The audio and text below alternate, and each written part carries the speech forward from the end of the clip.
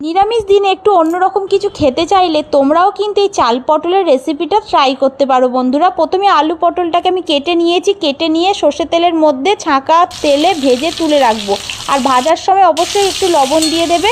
এরপর তুলে নিয়ে ওই তেলের মধ্যে গোটা গরম মশলা দিয়ে দিলাম, আদা বাটা দিয়ে দেবো, আর দিয়ে দিচ্ছি টমেটো একটা, দিয়ে ভালো করে নাড়াচাড়া করছি। এরপর এখানে গোবিন্দভোগ চাল আমি আগে থেকেই ধুয়ে রেখে দিয়েছিলাম, সেটাও দিয়ে দিলাম। সেটাও তেলের মধ্যে ভালো করে একটু ভেজে নিতে হবে।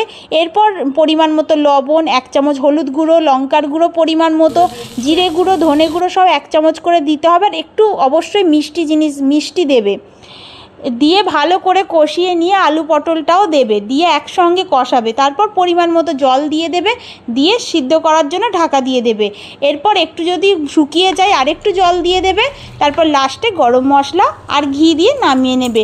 দারুণ হয়, নিরামিষ দিনে পুরো জমে যাবে, এমনি এমনি খাওয়া হয়ে যায়। তোমরা চাইলে ভাত দিয়েও খেতে পারো। কেমন লাগলো জানি।